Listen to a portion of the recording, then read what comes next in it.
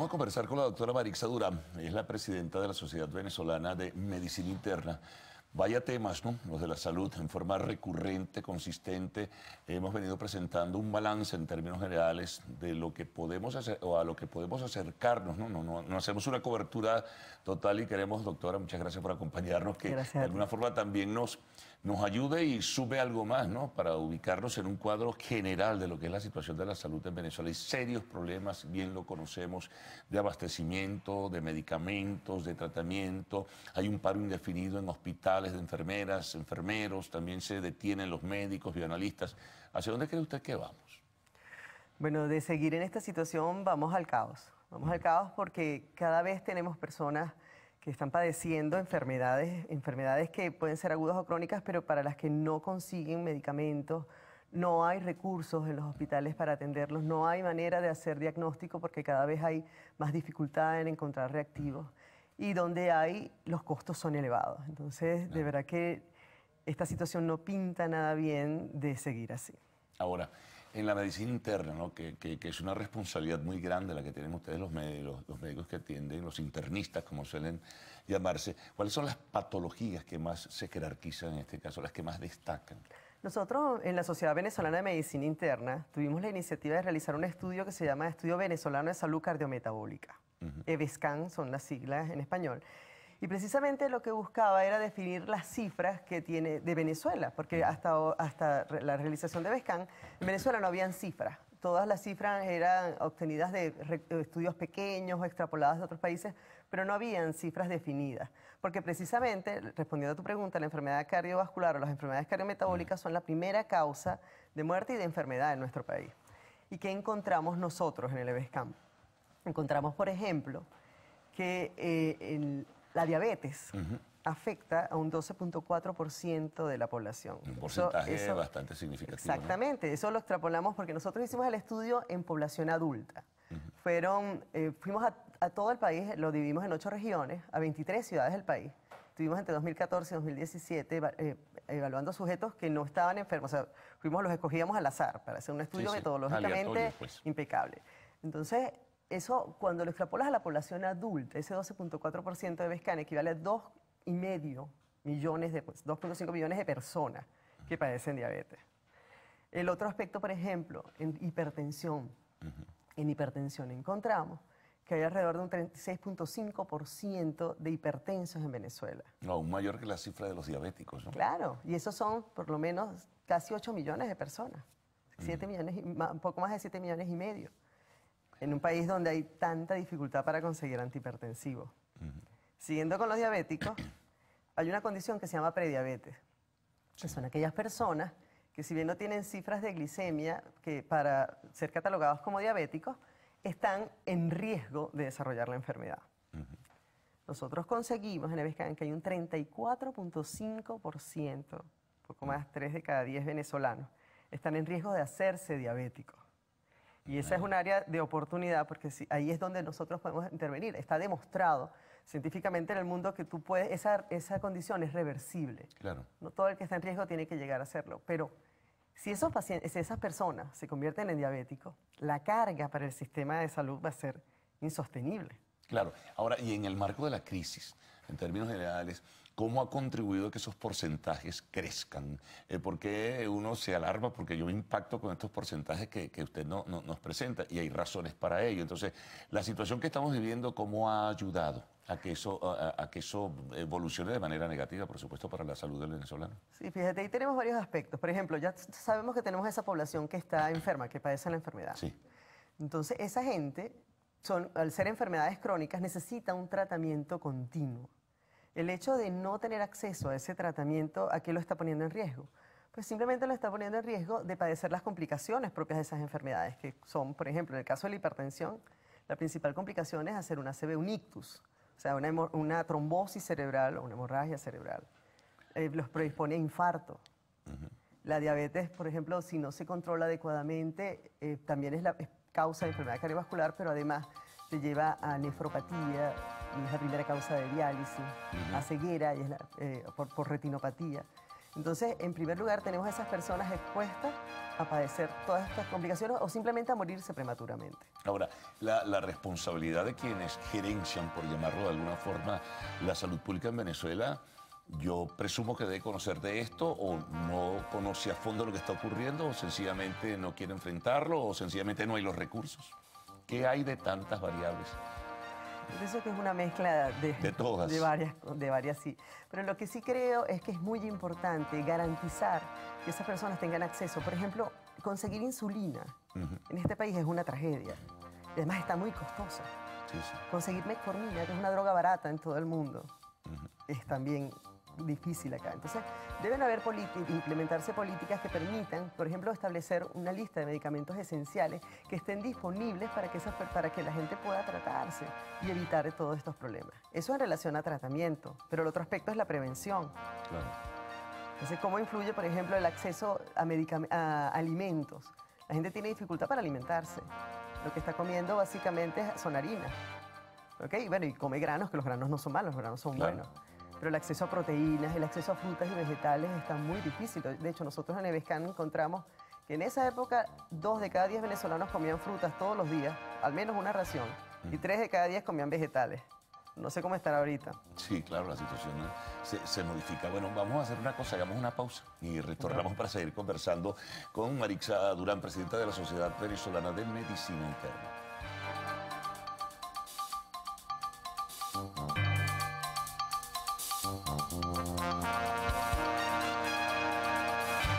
Bueno, seguimos nuestra conversación con Marixa Durán, presidenta de la Sociedad Venezolana de Medicina Interna.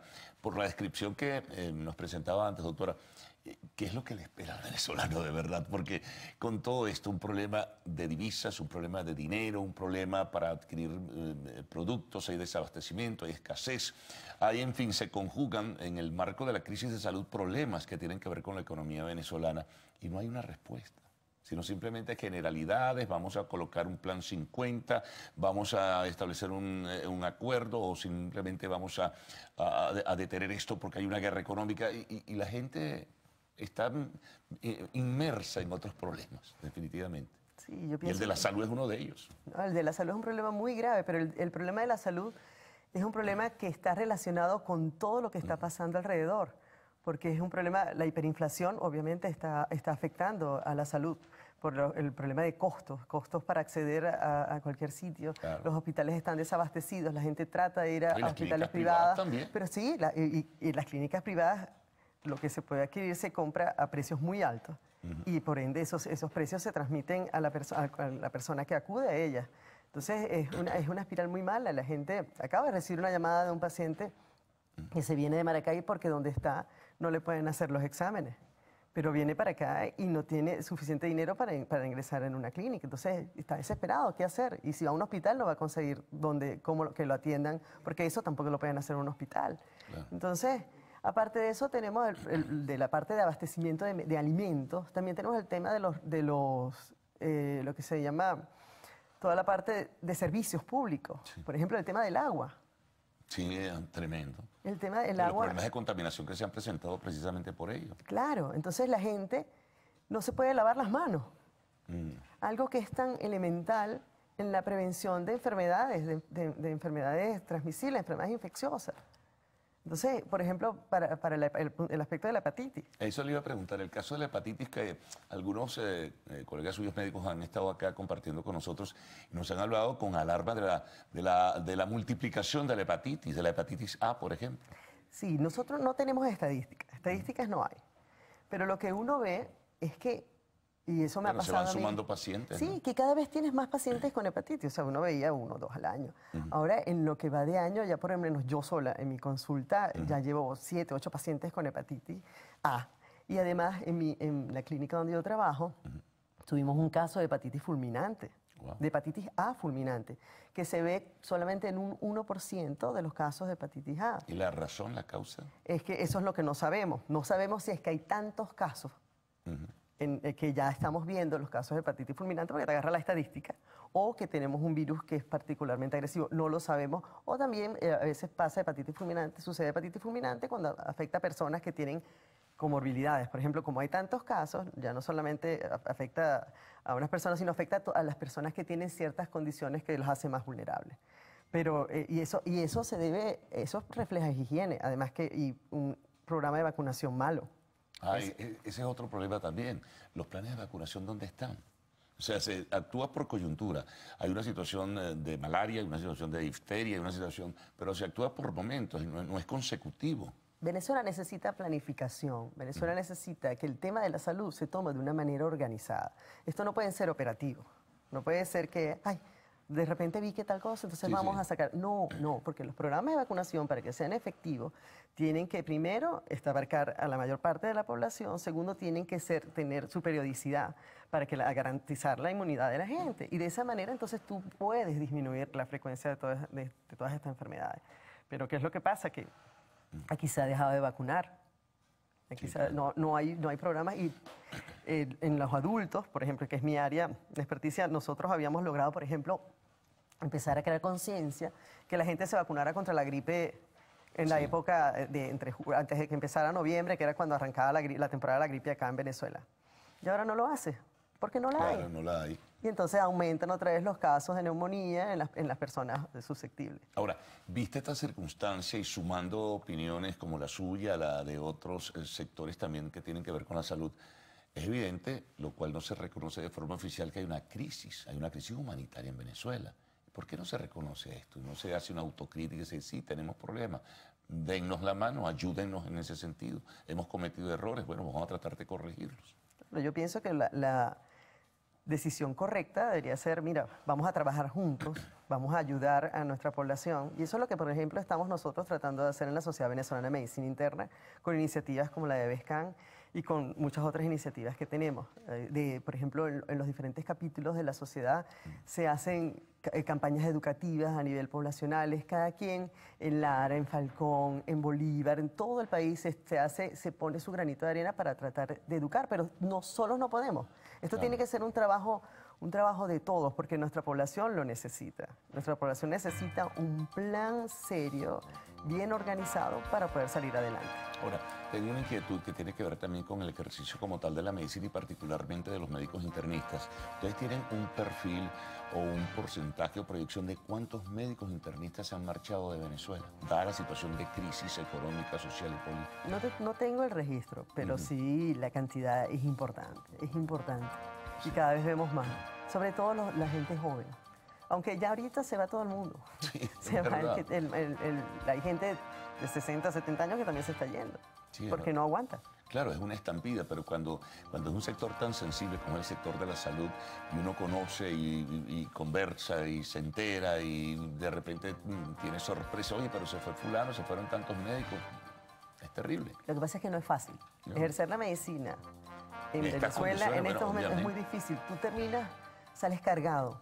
Sales cargado de la consulta, la gente te llora de este lado del escritorio porque no consigue la medicina. Tú tratas de ayudar, no siempre anda buscando qué puedo dar, buscando opciones, llámame si no consigue. Pero de verdad, y cuando oyes el drama, que no es solo medicamentos, es comer, es que no me llegó la luz, es que se me dañó la nevera porque se me fue la luz. Y ahora no tengo cómo acomodar las cosas, cómo guardarlas. Es que no hay agua. Si tengo diarrea, ¿sabes? Es difícil. Entonces sales cargado y mucha gente se va porque de verdad que no aguanta. Y en los hospitales es terrible.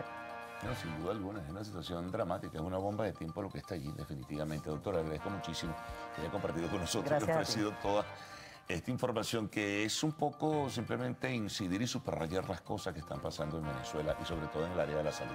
Bueno, hacemos una pausa al regreso del segmento de arte y espectáculos en Lo Actual.